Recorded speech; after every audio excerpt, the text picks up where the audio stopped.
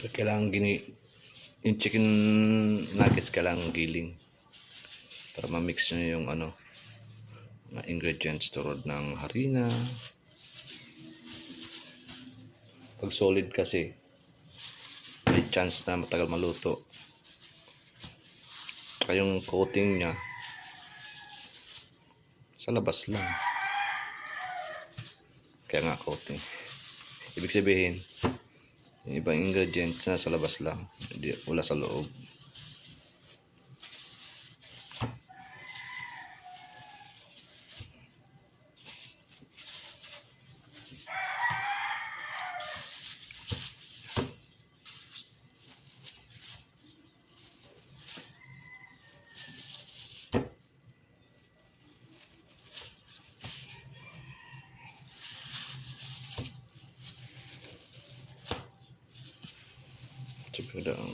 Paras dapat yung timbang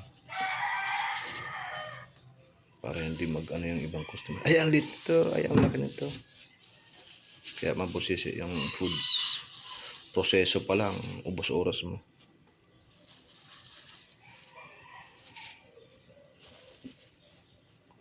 Siyempre, pa-flat pa natin yan. Lagyan pa ng itlog. Lagyan pa ng breadcrumbs. Lagay pa sa chiller.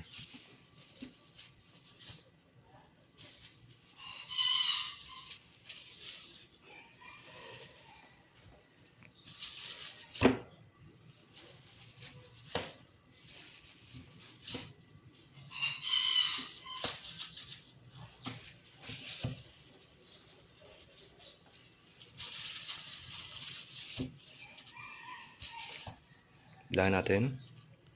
1, 2, 3, 4, 5, 6, 7, 8, 9, 10, 11, 12, 13, 14, 15, 32.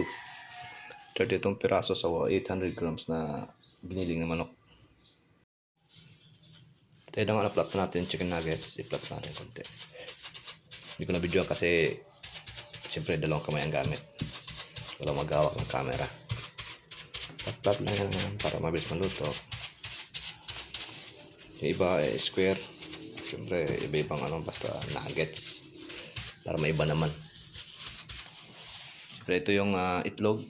Binating itlog. Tapos breadcrumbs. Una ididip mo to dito.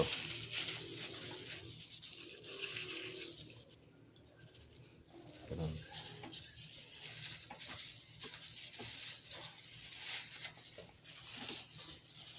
Siyempre lagyan natin sa lalagyan.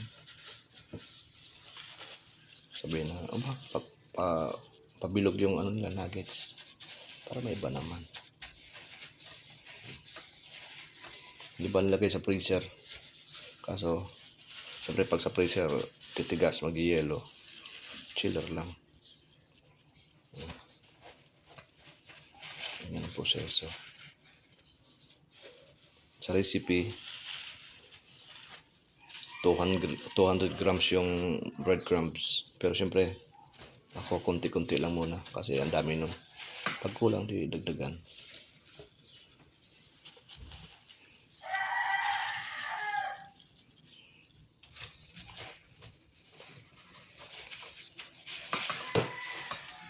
Nuggets. Dapat firm.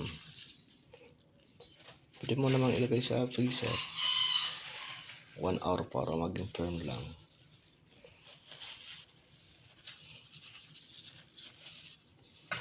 Yung itlog pwede mong dagdagan ng tubig, kunti lang, tapos batuhin mo.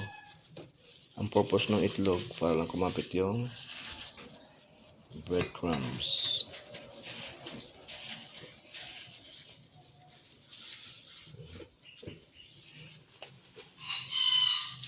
Siyempre testing lang to, limited order. So mga 5 or 6 na order lang to. Lahat mo na testing. Yung malakihang gawa agad. Pag mabenta di tuloy. Pag di mabenta di tuloy pa rin. So, lagyan natin ng wax paper yan para may layer. Delete. Dapat ano siya. Dapat pag niluto nyo to, lutong-luto kasi manok delikado. May ano to, may salmonella.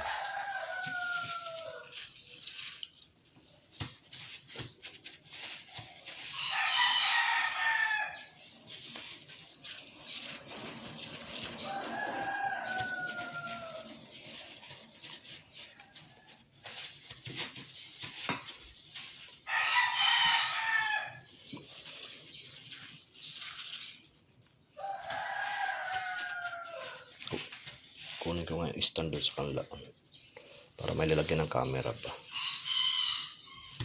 Hindi ako maghawak-hawak. So, magbibideo kayo, huwag nyo nang artihan yung mga salita nyo. Yung iba pag ma-vlog, haba lang sinasabi. Ako pag nanonood ako ng mga vlog na gano'n, boring. Maganda yung direct to the point Direct to the point ba yung sinasabi? Dahil pang paligoy-ligoy. Yung iba kasi ang ginagawa, hinabaan yung mga salita, paligoy-ligoy para mahaba oras. Malaking views. Ay, etag tuloy.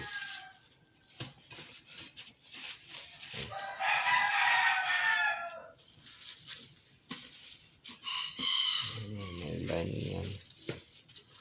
Para pag kumuha ka, hindi didikit. Tsaka make sure na malinis yung mga gamit nyo. Kaya pagkain ba? Dapat pag food business ka malinis. Yun tayo, ibang lahi na pati yung buong braso nakalublog sa drinks. Diba? Pag kulang na yung breadcrumbs, idagdagan. Yung breadcrumbs ko pala, mura lang. Bonus. 230 grams. 500. 537 pesos. 500 ah.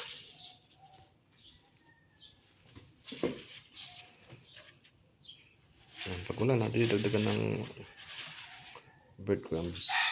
Diba? Ito na nga, tapos na yung ating chicken nuggets. Takpan. Lagay sa freezer ng mga 1 hour bago lutuin. Natin yung nuggets. Ano lasa? Dito sa sweet.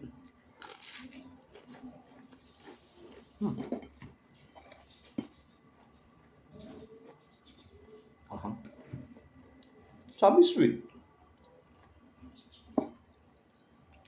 Pero luto naman siya ha.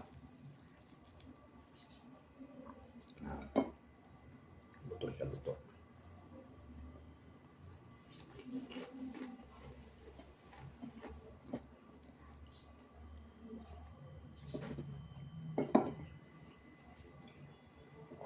Sulit. Siyempre, preparation ko pa. May cheese sa loob. Ito. Naman tayo sa barbecue.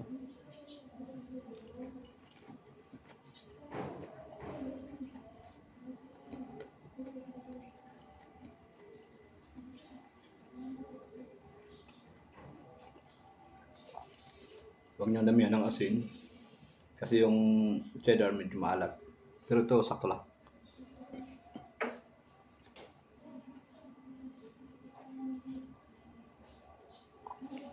Parang hiraw yung kanin ko.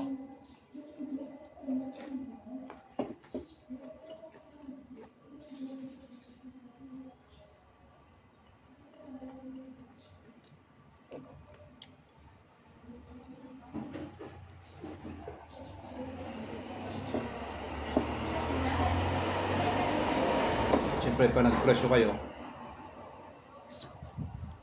sama nyo yung styro, yung gas, yung mantika, tapos yung plastic bag, yung sapsawan,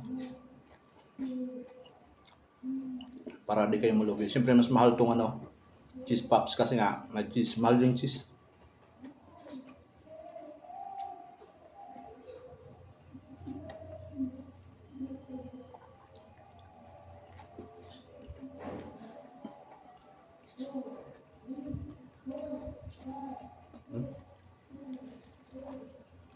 Crunchy. Tunaw na tunaw yung cheddar. Ibig sabihin, luto. Halo.